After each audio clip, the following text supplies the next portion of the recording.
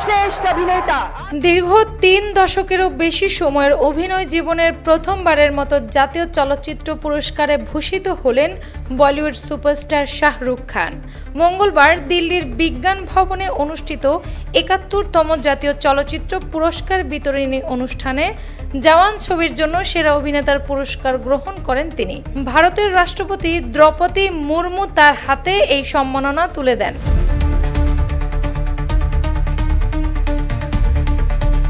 জানা যায়, জাতীয় পুরস্কার গ্রহণ করতে শাহরুখ মঙ্গলবারই পোল্যান্ডে তার ছবির শুটিং স্থগিত রেখে দিল্লিতে আসেন। অনুষ্ঠানে প্রবেশের পর তিনি তার বন্ধু ও অভিনেত্রী রানী মুখার্জির সঙ্গে কুশল বিনিময় করেন।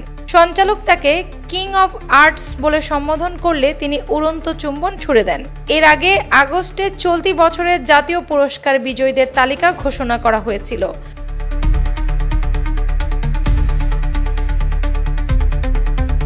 12th ফেল ছবির জন্য সেরা অভিনেতা হিসেবে বিক্রান্ত ম্যাসি যৌথভাবে এই পুরস্কার পেয়েছেন।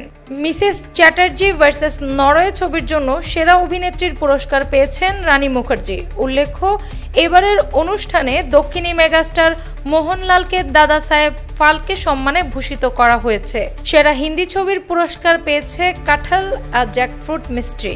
অ্যানি আক্তার, বাংলা বাজার পত্রিকা।